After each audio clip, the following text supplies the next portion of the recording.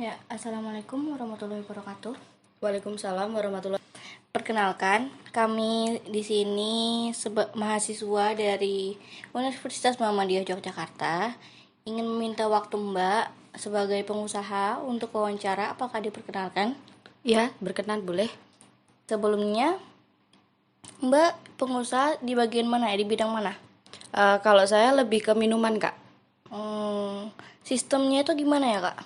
Awalnya itu sebenarnya itu franchise dari Solo. Nah, habis itu saya ngambil dari sana, saya buka di sini. Oh, itu tuh ada brandnya berarti ya? Iya, ada Es Teh Nusantara. Oh, gitu. Kira-kira Mbak membuka franchise ini tuh sudah berapa lama ya?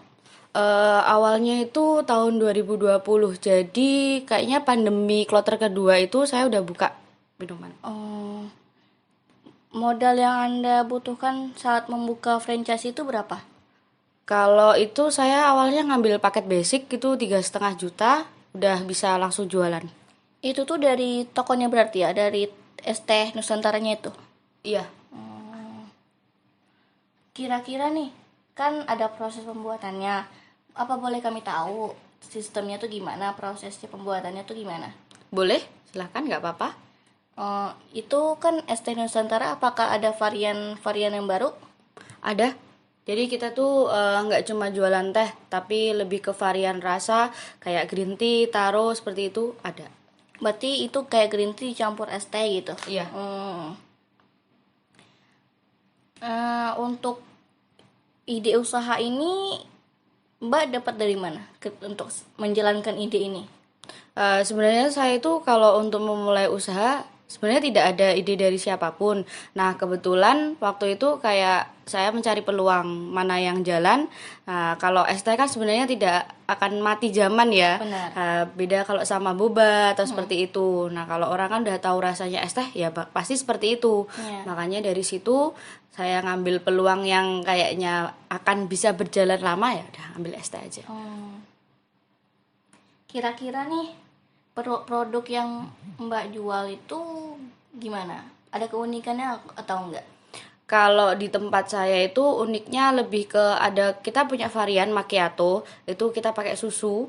Nah, di situ nanti kita bikin kayak apa ya gradasi gitu. Itu yang bikin unik. Itu tuh dari perusahaannya atau dari Mbaknya gitu?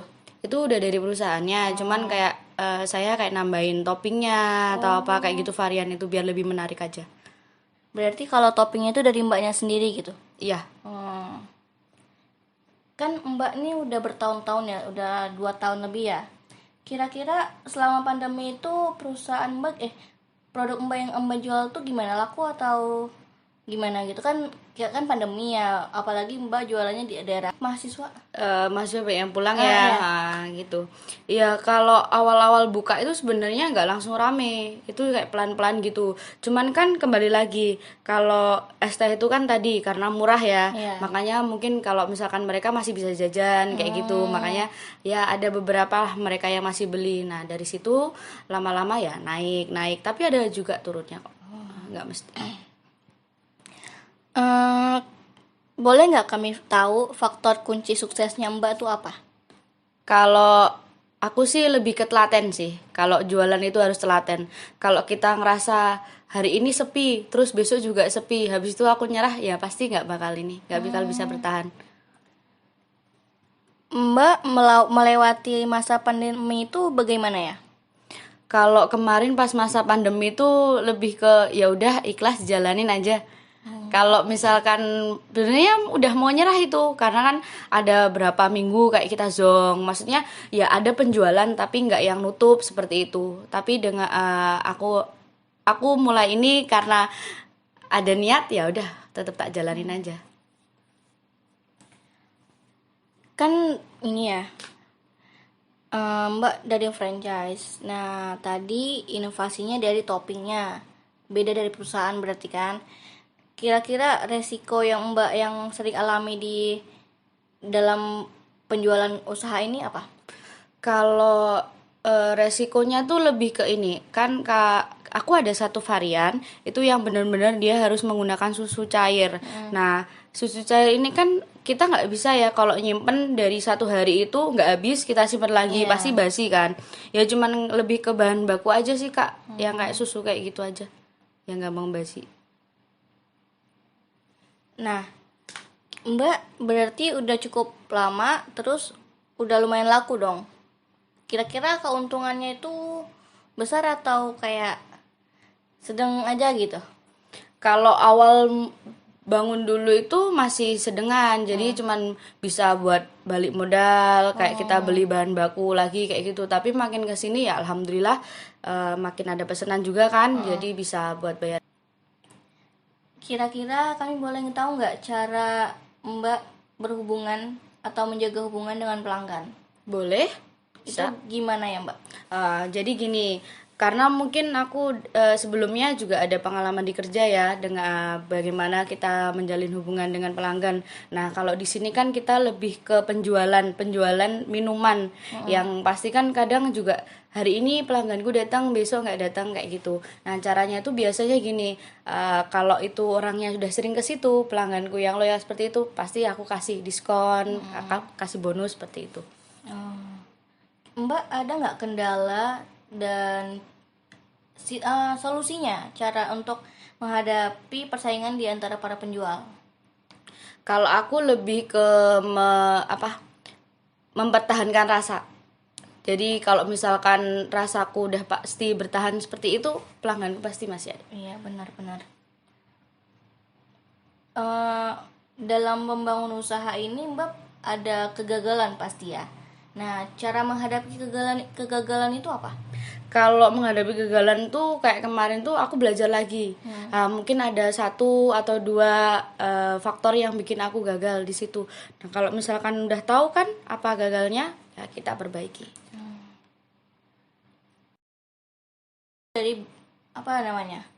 Paket basic ya? Iya, Nah, dalam beberapa tahun ini apakah sudah balik modal dan sudah sampai berapa omset yang Mbak dapatkan? Nah, kalau awal itu emang paket basic, itu awalnya aku cuma pakai meja portable seperti itu. Nah, dari keuntungan pertama itu aku bisa bikin booth. Nah, kalau untuk harian itu paling minim biasanya kan 40 cup untuk yang ori, tapi kan kadang juga ada yang rasa juga kan. Nanti paling kenceng itu 80 cup. Jadi sehari sekitar 150 sampai 300 ribu. Berarti itu yang awal-awal. Iya, yang awal-awal. Kalau sekarang itu bisa 400-500. Oh, Masya Allah. Kalau omsetnya udah naik berapa persen? Kalau dibilang naik banget ya alhamdulillah ya. Mungkin kalau sekarang tuh lebih ke pasti stuck, bertahan lah ke dari awal yang cuman ya katakanlah 10%, sekarang udah hampir 50-60% Masya gitu. Allah. Boleh nggak kami minta kata-kata motivasi Mbak, sebagai kami kan masih apa ya, untuk tugas aja gini loh. Siapa tahu kedepannya kami pengen jualan nih seperti Mbak. Ada nggak motivasi untuk kami? Sebenarnya kalau saya mau ngasih motivasi ke orang tuh juga, aduh, memang saya tuh sudah sehebat apa seperti itu.